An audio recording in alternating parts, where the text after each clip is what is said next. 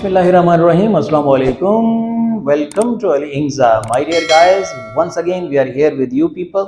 और phrasal verb पे हम बात कर रहे थे। मैंने आपको बताया था फ्रेजल वर्ब का मतलब ये होता है कि जब हम वर्ब के साथ प्रीपोजिशन को ऐड करते हैं तो उससे क्या होता है भला उसके एंटायर मीनिंग चेंज हो जाता है। तो आज हम दो और जो है वो वर्ब्स की बात करने लगे हैं। Whenever we are adding the prepositions with them it mean that meanings are changed. इसी को हम देखेंगे और समझेंगे। That is very short video लेकिन that is very very helpful for you. क्योंकि मैंने आपको बताया था लैंग्वेज है वो दो तरह से होती है। एक होता है आप लिटरल मीनिंग देते हैं जो कह रहे हैं उसका मतलब वही होता है। एक होता है आप उसके मेटाफोरिकल मीनिंग दे रहे होते हैं। जैसे देखो ना, हम ये बात कहते हैं कि हम क्या कहते हैं बोला, हम कहते हैं कि जो है वो पानी भरता है। इसका मतलब है कि बाल्टी बगड़िया पानी भरता है, पानी भर के लेके आ रहा है। किसी भी चीज में पानी भरता है, पानी भरने का मतलब ये हो गया।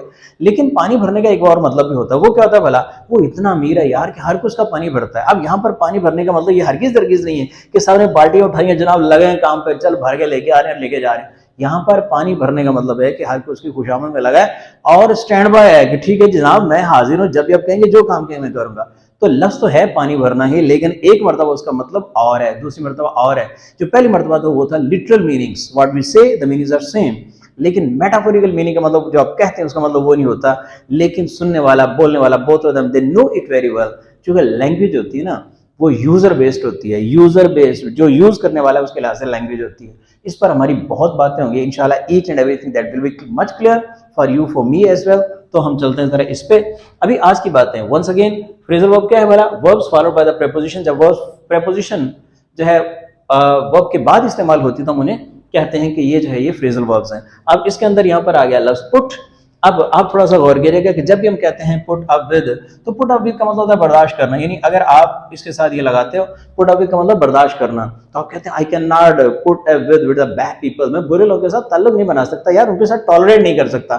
तो पुट अप विद का मतलब क्या हो गया भला, सिंपल एक आइडिया आपको हमने बता दिया। इसी तरह पुट ऑन है, पुट ऑन का मतलब क्या है, ये मतलब शर्ट है ना, तो I put on the shirt, मैंने शर्ट को पहन लिया।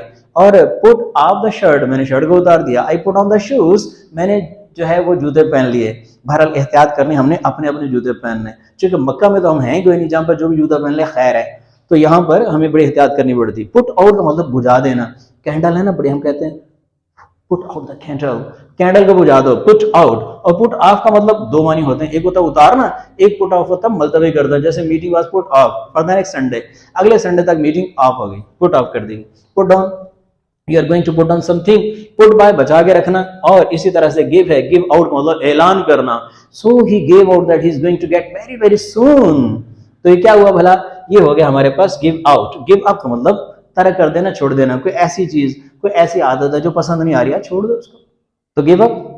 उसके बाद गिव इन, गिव इन का मतलब हथियार डाल देना, नहीं हार मान जाना, नहीं यार I can not do this, तो गिव इन। वैसे इतनी अच्छी बात कोई नहीं होती इस तरह के वर्ड्स। और गिव अवे, तकसीम कर देना। जैसे principal give away the prizes, principal ने इनामात को तकसीम किया, तो गिव अवे हम कहते हैं।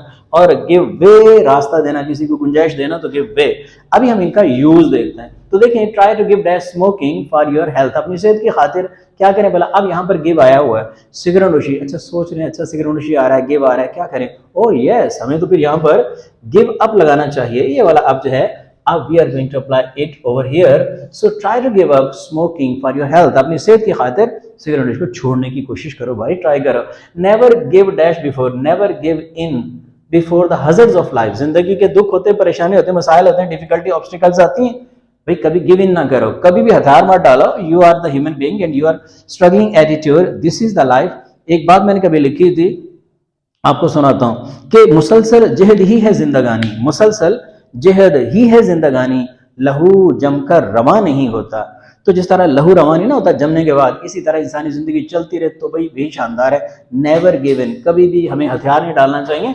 जो जिंदगी की मुश्किलात होती हैं वो तो आजमाइश के लिए होती हैं। तो खैर कि गिव इन लगाने हमने। ही पुट डैश हिज शर्ट, उसने अपनी शर्ट पहनी। अब आपको पता चल गया कि आप बड़ी तसल्ली के साथ ओ एन ऑन लगा रहे हो, तो ही पुट ऑन ही शर्ट, उसने अपनी शर्ट पहनी।